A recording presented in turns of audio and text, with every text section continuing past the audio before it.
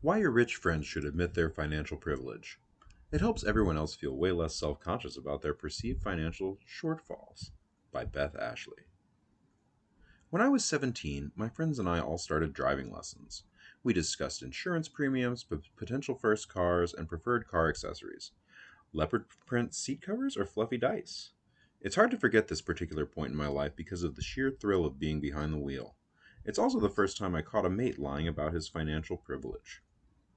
One of my pals brushed off the expense of purchasing a car, something I still struggle with at 24, telling me he had savings from a part time job.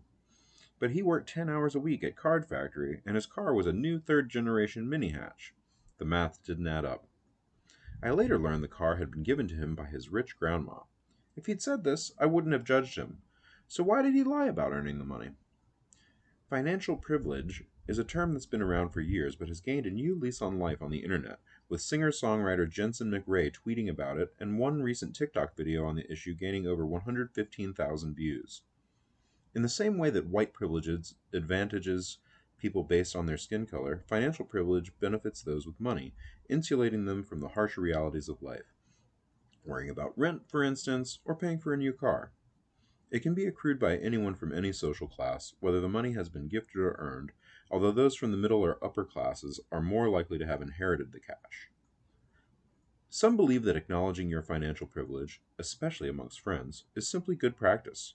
Financial Diet founder Chelsea Fagan writes, "If you are in a position of financial privilege, be generous with it.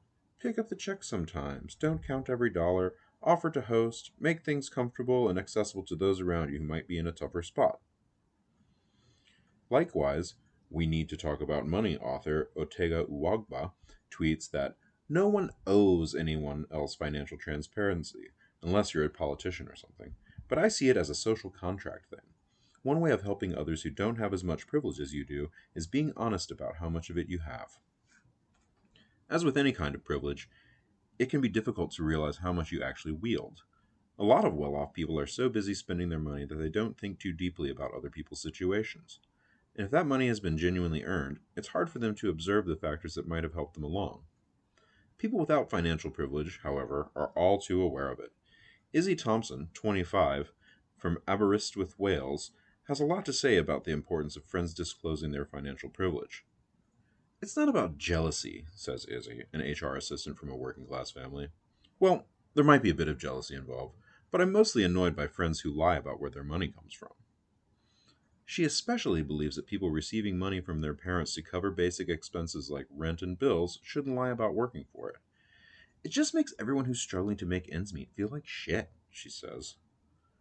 James Andrews, the senior personal finance editor at money.co.uk, agrees that honesty is always the best policy.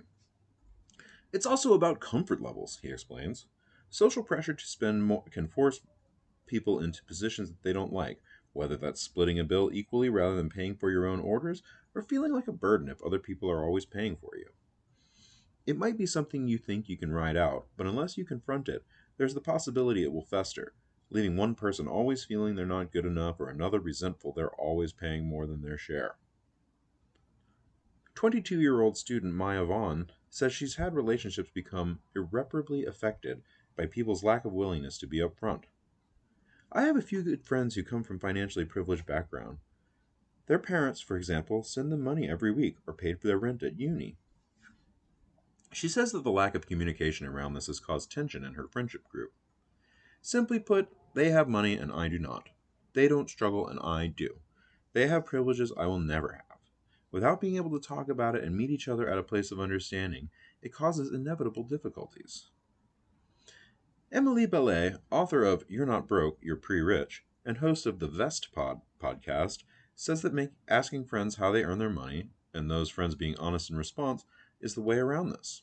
In July, she posted on Instagram calling on people to get behind the idea, no matter how uncomfortable, counterintuitive, and even controversial it seems.